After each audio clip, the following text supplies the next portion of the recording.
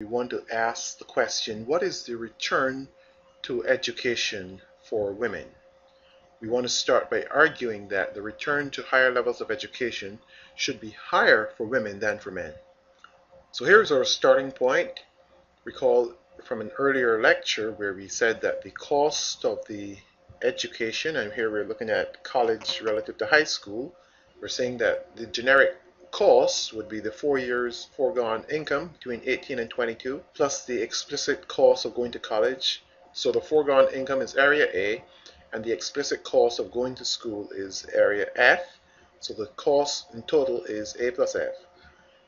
The benefit from going to college will be what you can earn above what you will earn with a high school education, and that would be area D. So we have said that area D needs to be larger than area A plus F in order for the decision to go to college to be a net beneficial one. Let me revise that to say it should be sufficiently larger. So the decision to go to college would hang on the area D being sufficiently larger than area A plus F so that it is net beneficial to make the investment in a college education. We're going to make a change to the analysis and assume that coming out of high school, a female will earn less than a male. And there are many reasons why this might be the case. The job market for women with a high school education differs sufficiently from the job market for men with a high school education. One might say that men do things that require more physical strength with lower levels of education. And as a consequence, the wage rate that men might earn coming out of that lower level of education, say high school, would be higher than what females could earn because of the brain-brawn dichotomy or something like that. We're going to assume that college equalizes individuals in the labor force, so the genders get no difference in earnings with a college degree. So you can see that the gains from going to college would be greater for women. The increase in the wage or the premium would be WC minus WFHS, whereas the premium or the gain for men would be WC minus WMHS. So women gain more by going to college. The net benefit for women going to college would be D1 plus D2 minus A1 minus F, while the net benefit for men would be D1 minus A1 minus A2 minus F. We conclude then that the investment in college will pay a higher return to females than to males, and therefore women should desire the college education to a greater degree than men would, ceteris paribus. Okay, let's put some numbers on the analysis and assume that with a high school diploma, women will earn $8 an hour in this particular country, country X, and men would earn $10 an hour. Assume that with a college degree in this country, both will earn $12 an hour.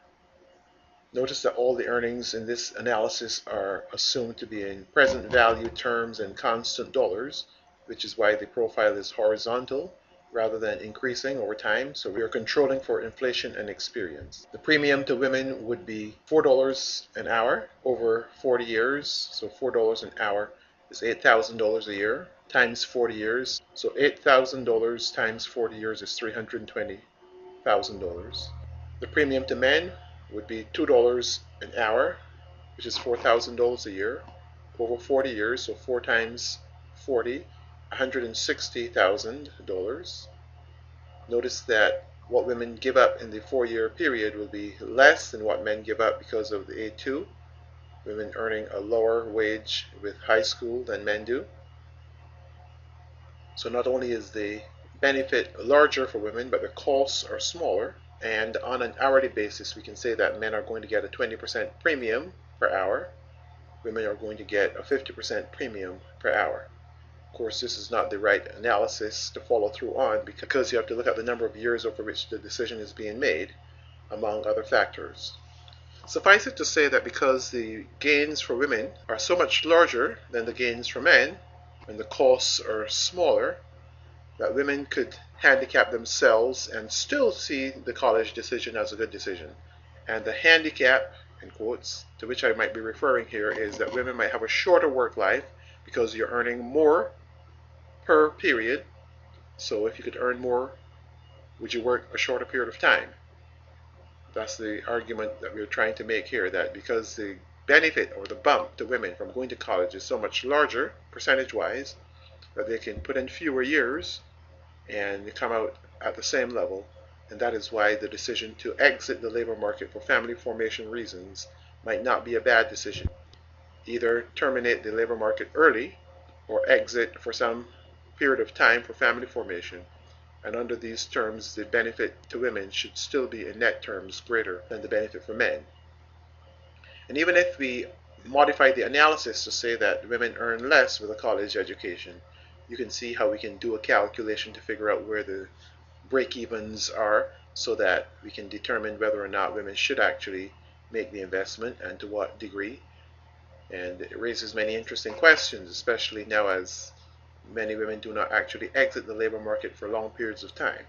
This does not negate the reality that an employer might prefer a male employee over a female employee if he or she perceives that the woman is more likely to exit the labor market and the investments the employer makes in the individual might not pay any real dividends for long periods of time. So that's the analysis as to why women would benefit more. We'll talk about social and private rates of return, but here we can see that the private return to women will be higher on an annual basis or per period basis, and over a lifetime it might still be that women come out ahead from the investment in college compared to men.